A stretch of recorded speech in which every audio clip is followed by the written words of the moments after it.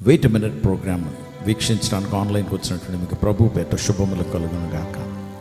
God's provision through men. దేవుడు మీకు ముందుగా ప్రొవైడ్ చేస్తున్నాడు. ఎవరి ద్వారా? మనుషుల ద్వారా. దేవుని బిడ్డలారా, యోసేపు తన 10 మంది అన్నయ్యలు, తల్లిదండ్రులు, వారితో పెద్ద కుటుంబం చాలా సంతోషంగా గడుపుతున్నటువంటి దినం. కానీ అనుకోకుండా యోసేపుని తండ్రి ఎక్కువగా ప్రేమించడం బట్టి వాడికి స్పెషల్గా మంచి బట్టలు కొనివ్వటం, వాడికి ప్రత్యేకమైనటువంటి రీతిలో వాడిని చూడటం, దానివల్ల మిగతా 10 మందికి కూడా అసూయ వచ్చింది. వీడి మీద ఏదో టైంలో వీడికి హాని చేయాలని ఆలోచిస్తున్నటువంటి సమయాల్లో ఒకరోజు అవకాశం వచ్చింది. మీకు తెలుసు, ఒక గోతులో పడేశారు. గోతులో పడేసి ఆ తర్వాత వారికి పశ్చాత్తాపం వచ్చి వాడిని బయటికి తీసి వర్తకులకి అమ్మేశారు, ఇష్మాయేలీయులకి. వాళ్ళు తీసుకువెళ్ళి మార్కెట్లో అమ్మేస్తే పోతిఫర్ అన్నటువంటి వేరే దేశంలో ఉన్నటువంటి ఒక అధికారికి పోతిఫర్ కొనుక్కుంటాడు. కొనుక్కుని వాళ్ళ ఇంట్లో బానిసగా పెడతాడు. పోతిఫర్ భార్యతో అక్రమంగా ప్రవర్తించాడని ఒక నేరం అతని మీద మోపి అతనికి జైలు శిక్ష విధిస్తారు. జైల్లో ఉంటాడు.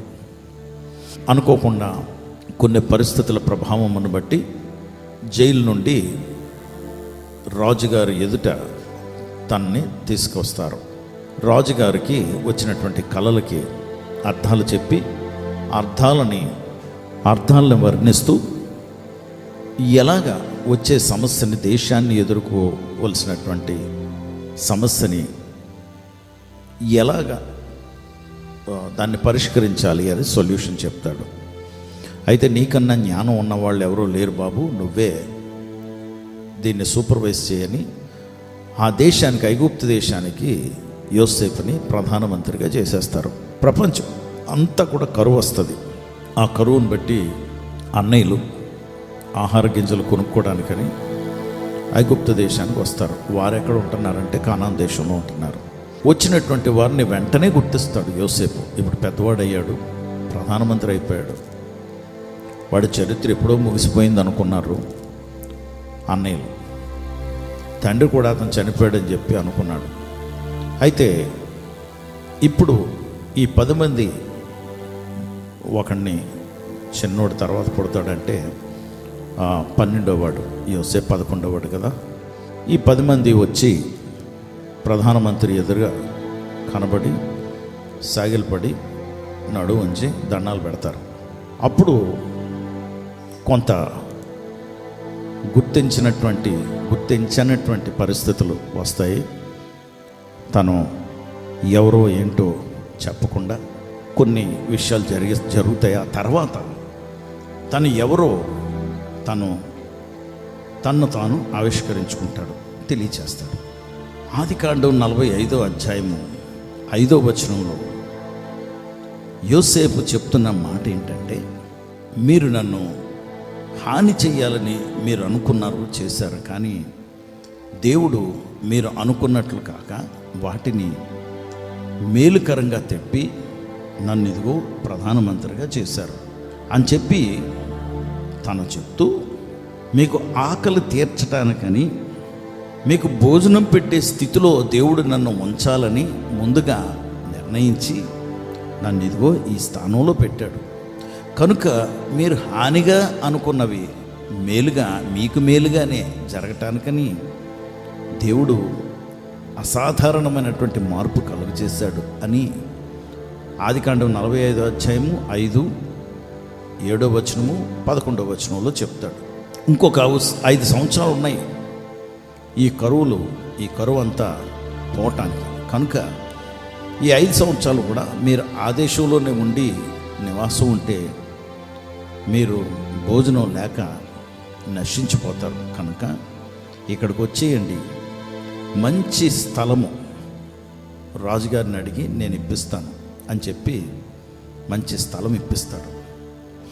అందుకే ఈరోజు నువ్వు ఏ పరిస్థితులు, ఏ ఇబ్బందులు, ఏ సమస్యలు ఎదుర్కొన్నా దేవుడు నీకు సహాయం చేయటానికి, in order to make provision for you, దేవుడు నీకు ముందుగా సహాయం చేయటానికి, సహకరించడానికని మనుషులను వాడుకుని నీకు భోజనం కానీ, సదుపాయాలు కానీ, సౌకర్యాలు కానీ ఏర్పరుస్తారు అని ఈరోజు మనం ధ్యానం బట్టి మనం అర్థం చేసుకుంటున్నాం.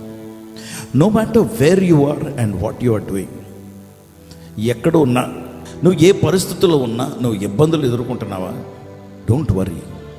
దేవుడు మనుషులను వాడుకుని నీకు ప్రొవైడ్ చేస్తాడు, మనుషులను వాడుకుని నీకు సమకూరుస్తారు, మనుషులను వాడుకుని నిన్ను పోషిస్తారు, మనుషులను వాడుకుని అసాధారణమైనటువంటి విషయం, ఏ మనుషులైతే నీకు హాని చేయాలనుకున్నారో వారు చేసినటువంటి హానిని దేవుడు తిప్పి నీకు సహాయం చేయగలిగినటువంటి వాడుగా ఆయన నిలవబడుతున్నాడు. కానీ మనము ఈరోజు ఈ ధ్యానంలో మనం గమనించవలసిన విషయం ఏంటంటే, God will make provision through men. దేవుడు నీకు ముందుగా సమకూర్చి నీకు సహాయం చేస్తారు. ఎవరి ద్వారా? మనుషుల ద్వారా. రానున్నటువంటి దినాల్లో ఇంకా ఏ విధానాల్లో దేవుడు మనకు సహాయం చేస్తారో మనం చూద్దాం. అందుకే కృతజ్ఞతతో ఆయన మనకి ఆ మనుషుల ద్వారా సహాయం చేస్తానంటున్నారు కనుక, వారు ఎవరైనప్పటికీ మనకు హాని చేయాలనుకున్నా, హాని చేసినటువంటి వారైనా, మన సహోదరులైనా, కుటుంబస్తులైనా, ఎవరైనా సరే వారి ద్వారా మనకు సహాయం చేస్తానంటున్నారు. ప్రార్థన చేసి దేవుడికి కృతజ్ఞతలు చెల్లిద్దాం. పరిశుద్ధ ప్రభా, నీకు వందనాలు, స్తోత్రాలు. యోసేపుకి ఎదురైనటువంటి అనేకమైనటువంటి సమస్యలను, ఎదురుబాటు, తిరుగుబాటు ప్రభా, వీటినన్నిటినీ మీరు తారుమారు చేసి తనకి సహాయకుడిగా నాయన ఏ మనుషులైతే హాని చేయాలనుకున్నారో వారిని నిలవబెట్టించారు.